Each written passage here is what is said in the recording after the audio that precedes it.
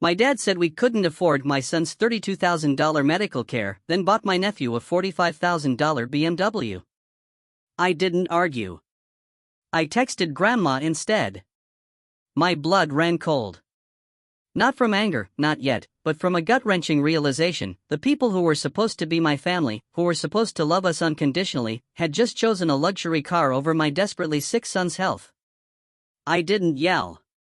I didn't even get up. I just sat there at my parents' dining room table, watching my son, Eli, freeze with his fork halfway to his mouth. Across from us, my dad slid a shiny key fob, gleaming under the chandelier, right across the polished wood like it was a grand prize. "Bryce is getting a BMW," my dad announced, his voice booming with pride. My sister, Dana, shrieked like it was Christmas morning, practically bouncing in her seat. My mom clapped her hands together, beaming. And my nephew, Bryce, 19, perfectly healthy, and perpetually going through a lot, just leaned back in his chair, a smug grin plastered across his face. Eli, my sweet 9-year-old, just stared at that key fob. Then, his small gaze dropped to his plate, as if he was the one who had done something wrong. On my lap, clutched tight, was my worn folder.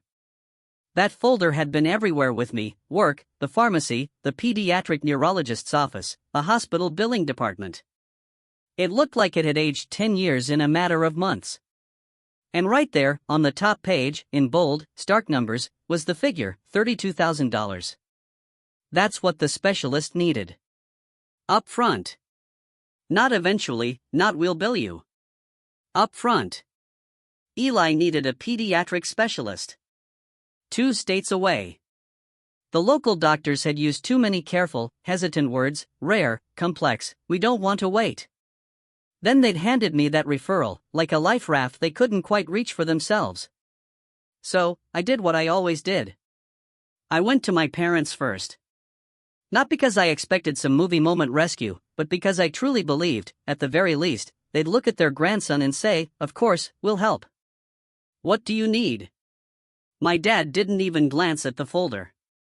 He looked at me like I was pitching a terrible business plan. "We just can't swing that, Jim," he said, his voice calm, practical, like he was explaining interest rates. "Not right now." Then, he tapped the BMW key fob with his finger and smiled. "But we can do this for Bryce. He needs reliable transportation. He's starting his life, after all." My throat tightened. Not because I was about to cry, but because I felt a cold, hard knot of clarity forming in my stomach. I knew exactly what my son was hearing in that moment: your health is optional. Your cousin's comfort is not. Eli was 9. He had that quiet way about him that makes adults forget he's still listening. Lately, he'd been trying so hard to be easy, like he was afraid his body had already cost too much. He didn't say a word. He just reached for his water, using both hands, careful, as if the glass might shatter if he wasn't gentle enough. Finally, my sister Dana deigned to glance at my folder, as if it were something unpleasant left on the table. "Oh, Jimmy," she drawled, using that saccharine version of my name she pulled out when she wanted to sound sweet while being sharp. "Medical stuff is endless, you know. You throw money at it, and it never stops." Then she nodded at Bryce, like he was a wounded veteran returning from battle. "But Bryce has been so stressed. He's working and doing school, and he's really trying." My dad nodded, a satisfied smirk on his face, as if the matter was settled. And that's when it hit me. Something simple, yet horrifying. They weren't choosing between 2 emergencies. They were choosing between 2 kids. And they were choosing the one that made them look good. My hands were shaking under the table. Not violently, but enough that I could feel the tremor. I looked at Eli's face, the way his mouth was tight, trying desperately not to show he cared. That was the moment. Not the shiny BMW. Not my dad's dismissive tone. Not my sister's smug little smile. It was my son, silently deciding, right there, that he didn't deserve help. I kept my voice even, impossibly calm. "Okay," I said. My dad blinked, clearly expecting an argument, probably used to me fighting for scraps. "Okay," he repeated, a hint of confusion in his voice. I nodded. "Okay." I slid the folder into my bag, stood up, and put my hand on Eli's small shoulder. "We're heading out," I said, my voice flat. "Thanks for dinner." My mom's eyes widened. "Jim, don't be dramatic." I didn't answer her. I just looked down at my son. "Coat," I said softly. Eli pushed his chair in without a sound. On the way out, I heard Bryce laughing, my dad telling him something about insurance rates and how Grandpa's got it handled. I buckled Eli into the car. He sat perfectly still, staring straight ahead. Halfway home, he finally whispered, "Dad?" "Yeah, buddy?" He swallowed.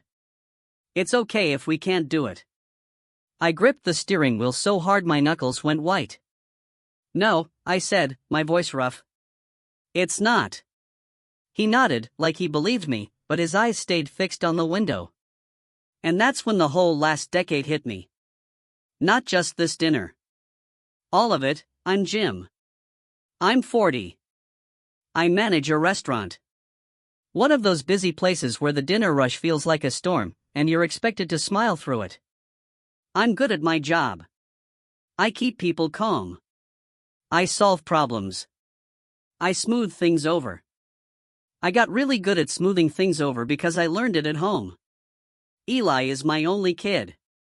His mom isn't in the picture anymore, it's been just us for a long time. He's not loud. He's not demanding. He's the kind of kid who tries to make your life easier without realizing he shouldn't have to. My parents live 15 minutes away. My sister even closer. They love to say we're a close family. What they mean is, I'm close enough to be useful. It started small, the way it always does. My dad needed help covering property taxes one year. I wired $1,800. My mom wanted to redo the living room. I loaned them $2,400 for furniture. Never saw it again. Dana's car broke down right before Bryce started high school. I paid the $900 repair because the kid shouldn't suffer. Then it became routine. A little here, a little there. I even set up a weekly transfer for my parents at $1.250 every Friday because my dad swore it was temporary, just until things leveled out. That transfer stayed for 3 years. Every time I hinted I was stretched thin, my dad would sigh and say, "Family helps family, Jim." But here's what they never said out loud: family helps them. When Eli was diagnosed the first time, not even the big specialist referral, just the beginning stuff, the tests and scans, my mom said, "Well, kids get sick. It happens." Dana said, "At least it's not like cancer." Like that was the bar for empathy.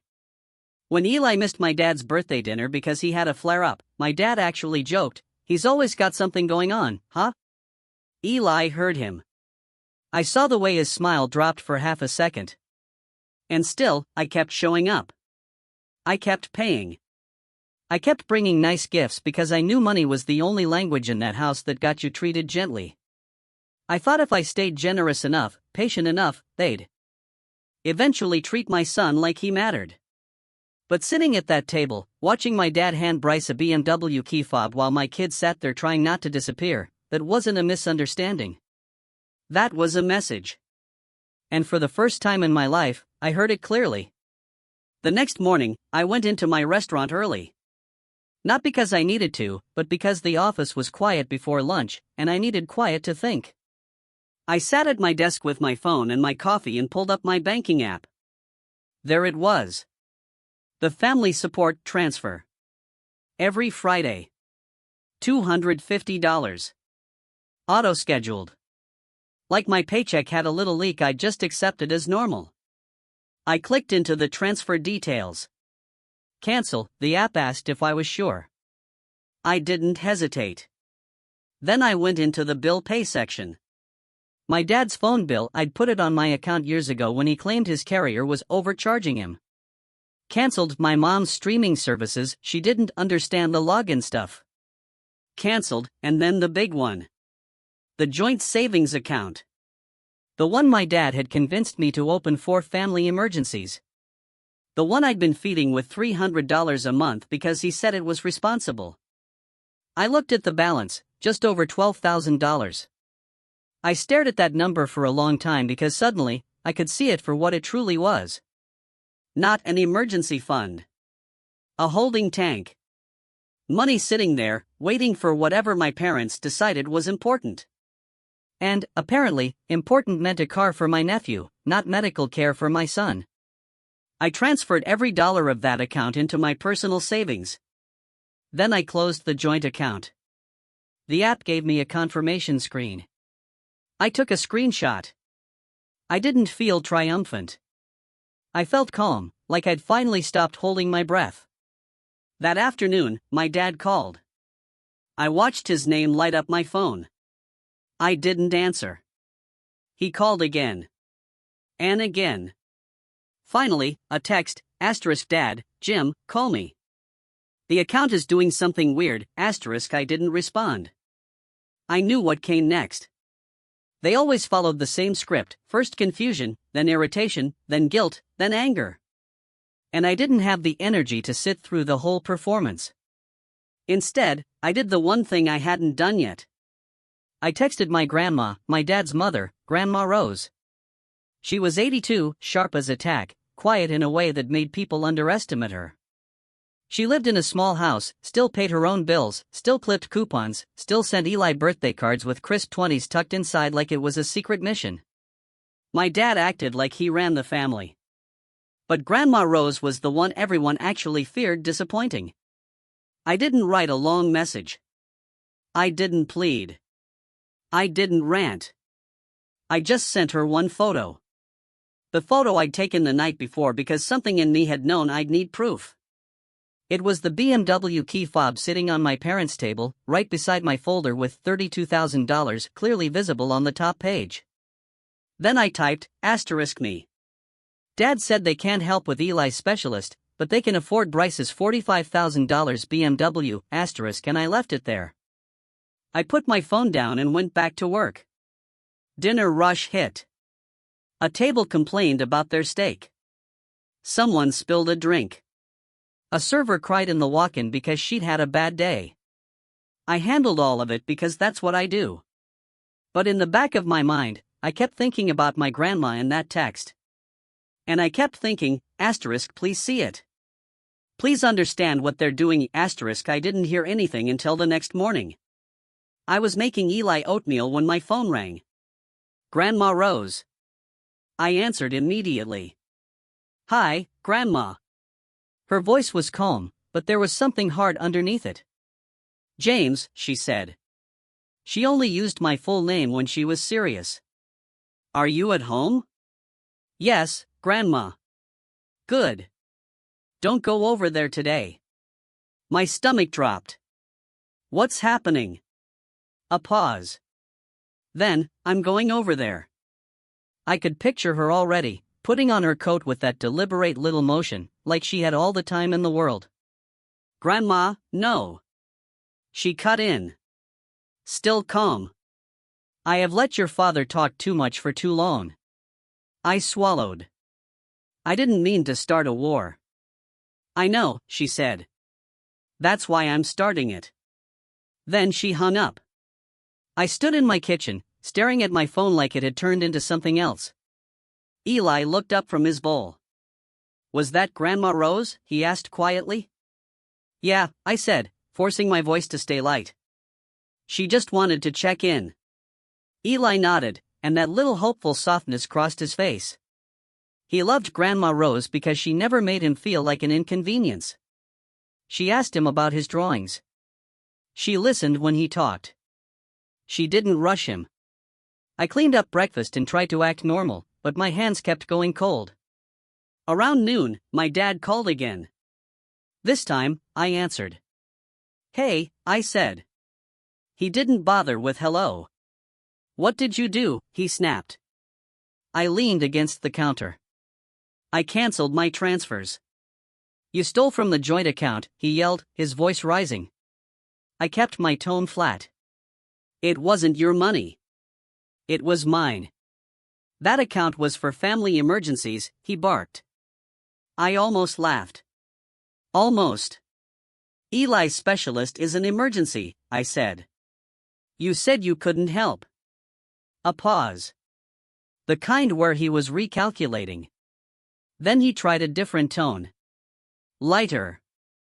Annoyed, like I was being childish. Jim, don't be petty. Bryce already put a deposit down. I blinked. A deposit? He hesitated, and I understood immediately. The BMW wasn't just a gift. They were already in it. They'd already committed, probably counting on that joint account like it was a wallet sitting on the counter. My dad exhaled sharply. Look, he said, we can talk about Eli later. Right now, we need to fix this before it becomes a bigger issue. There it was. Not, how's Eli? Not, I'm sorry, just, fix this for us. I tightened my grip on the phone. I'm not discussing this, I said. Eli comes first. My dad's voice turned cold. You're going to regret making your mother cry over money. I didn't respond to that. I just said, I have to go, and hung up. An hour later, Dana texted me a photo. Bryce, standing in a dealership showroom, arm around my dad, grinning. A giant red bow on the hood of a black BMW, like they were in some commercial. The caption from Dana, asterisk, hope you're happy. You always ruin things, asterisk. I stared at the picture, and then my phone buzzed again. Grandma Rose texting this time. I'm here. 2 minutes later. Your father is lying to my face then, asterisk. He doesn't know. I already know, asterisk. My chest tightened. I didn't know what was happening in that house, but I could feel the ground shifting. Then my phone rang again. Not Dad. Not Dana. My mom. I answered, and she sounded breathless. Jim, she said, like she'd been running. Where is the money? The account is, it's gone. I moved it, I said. You can't just do that, she hissed. And in the background, I heard another voice. Grandma Rose's, clear as a bell. Linda, stop whispering like a thief. My mom went silent. I heard my dad's voice now. Too loud, too controlled. Mom, stay out of this. Grandma Rose didn't raise her voice. She didn't need to. I am in it, she said. Because I have been giving you money for years, Frank. And now I'm finding out you told your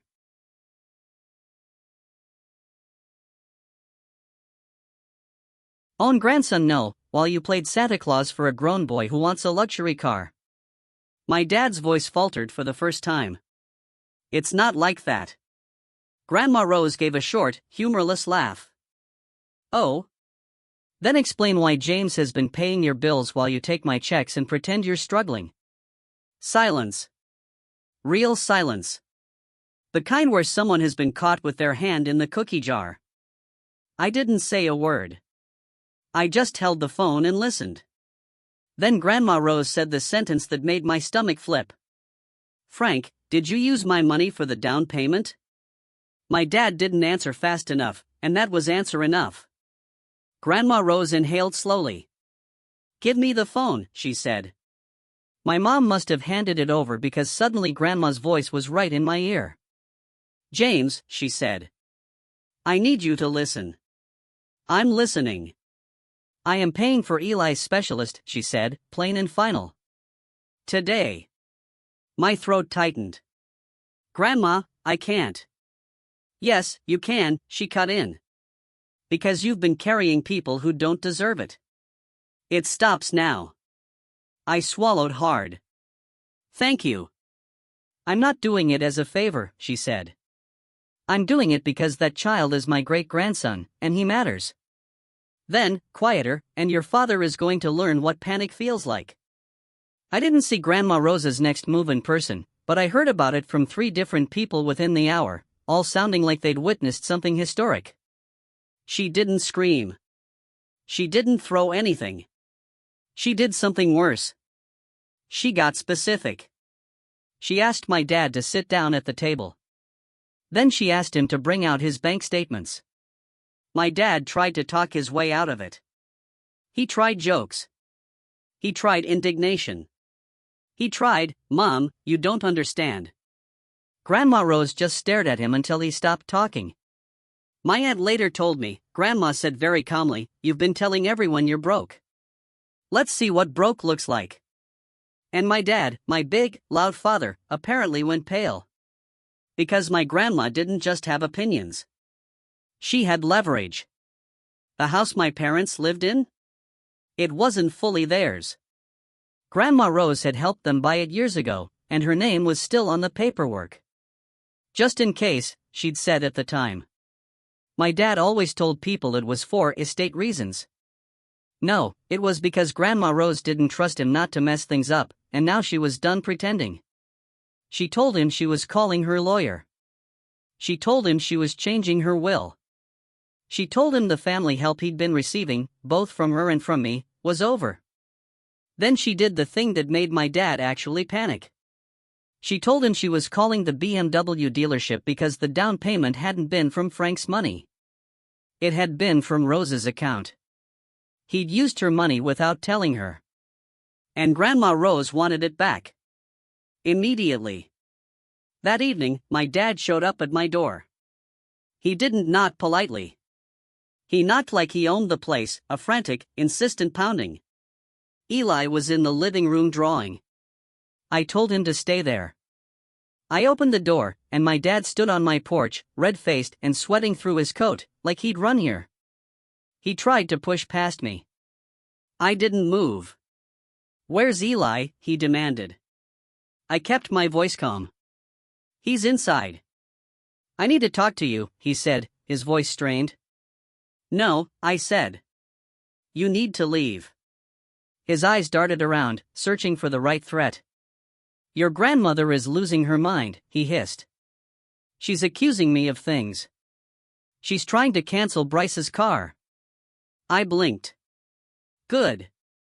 My dad stared at me like I'd slapped him. "You're enjoying this," he snapped. I didn't raise my voice. "I'm not enjoying anything," I said. "My son is sick, Dad. I asked you for help, and you told me no. Then you bought Bryce a BMW." My dad scoffed. "It's not that simple." "It is," I said. He leaned in, lowering his voice like he was doing me a favor. "Just tell her you overreacted. Tell her you didn't need the money. Tell her you and Eli are fine." My stomach turned. There it was again. Not "how is Eli," not "what can I do," just "fix my problem." I shook my head once. "I'm not doing that." My dad's face twisted. "You're choosing this," he hissed. "You're choosing to tear this family apart." I didn't flinch. "No," I said. "You did a long time ago. I'm just done paying for it." He opened his mouth, probably to launch into the guilt speech he'd used on me my whole life. But then something happened. Eli stepped into the hallway behind me. He didn't come close. He just stood there, small, holding his sketchbook to his chest like a shield. My dad saw him and stopped for half a second. For a moment, I thought my dad might soften. Then he said, "Eli, go back to your room. Adults are talking." Eli's shoulders sank. I felt something hot and sharp move through my chest. I didn't yell. I didn't insult him. I just said, "Get off my porch." My dad stared, stunned. "Jim." "Get off my porch," I repeated, my voice steady. "You don't get to come here and order my kid around after you told me his health isn't worth as much as a car." My dad's jaw worked like he was chewing rage. Then he spat, "You'll regret this." And he left. Eli didn't cry. He just looked up at me and asked very quietly, "Are we in trouble?" I crouched down so we were at eye level. "No," I said. "We're safe." He nodded slowly, like he was trying to believe it. Then he held out his sketchbook. "I drew Grandma Rose," he said. I looked down. He'd drawn her sitting at a table with a little crown on her head. Not a fancy crown, a cartoon one, like a kid would draw for someone they trusted. Under it, in careful letters, he wrote, "She is brave." I swallowed hard. "Yeah," I said. "She is." The next week was chaos, in the way family chaos always is. Missed calls. Texts that started with "we need to talk" and ended with "you're ungrateful." Dana sent paragraphs about how Bryce was devastated, and how I was jealous, and how I was punishing a kid. My mom tried the soft approach first. "Mom, we're all just stressed. Let's not do something permanent." Then she tried the guilt approach. "Mom, your father is sick over this." Then she tried anger. "Mom, you're tearing your grandmother apart." I didn't answer because my boundary wasn't a debate. It was a decision. I didn't fund people who erased my son. I didn't pay bills for adults who could buy luxury cars but couldn't help a child get medical care. I wasn't their backup bank anymore. Meanwhile, Grandma Rose moved like a quiet storm. She paid the specialist deposit directly, not through me. She called the hospital billing office herself and asked questions until they started calling her ma'am with real fear. She also called my dad's bank and removed herself from any shared access he had, which apparently triggered another round of panic. The BMW dealership thing? That part spread through the family like wildfire. The story everyone told was slightly different, but the key part stayed the same. Grandma Rose walked into that dealership, small and steady, and said, "That's my money. Reverse it." And when the salesman tried to explain policy, she said, "Then I'll enjoy explaining fraud to my attorney." The down payment got reversed. Bryce didn't get his BMW. My dad's perfect little public moment collapsed. And the consequence wasn't dramatic. It was quiet. It was humiliating. It was exactly what my dad hated. A month later, Eli and I drove to the specialist. It wasn't a miracle movie moment. It was early mornings, cold waiting rooms, paperwork, and Eli leaning against me in that tired way that made me want to carry him even though he was too big now. But we got there. We got seen. We got a plan. And for the first time in months, I felt like I wasn't drowning. On the drive home, Eli fell asleep with his forehead against the window. I kept glancing at him, like I needed to keep checking he was real. When we pulled into our driveway, my phone buzzed. A text from Grandma Rose. "How did it go?" I texted back a photo. Not of a BMW. Not of a folder. A photo of Eli asleep in the passenger seat, his sketchbook on his lap. My message, "We're okay, thank you," she replied. Asterisk good. Keep protecting him. I'm proud of you, asterisk. I stared at that message for a long time. Because my dad had never said he was proud of me. Not once. And somehow, that mattered less than it used to. We didn't go to my parents' house for the next holiday. We stayed home. I closed the restaurant early that day. I brought home a small cake from our pastry case. Nothing fancy, just chocolate with Eli's favorite frosting. We ate dinner in our kitchen. Just the two of us, wearing pajama pants and listening to music too loud. Eli drew little place cards for the table like it was a restaurant. One said Dad, one said Eli. Then he paused, looked at me, and quietly made a third. "Grandma Rose," he said. I smiled. "Yeah," I said. We said it at the table anyway. An empty chair, but not a sad one. A respectful one. Later that night, Eli taped his drawing of Grandma Rose, crown and all, on the fridge. And I stood there in the quiet kitchen, staring at it, feeling something settle inside me. Not revenge. Not victory. Just relief. My dad didn't get to decide my son's worth anymore. I did. And I was finally acting like it.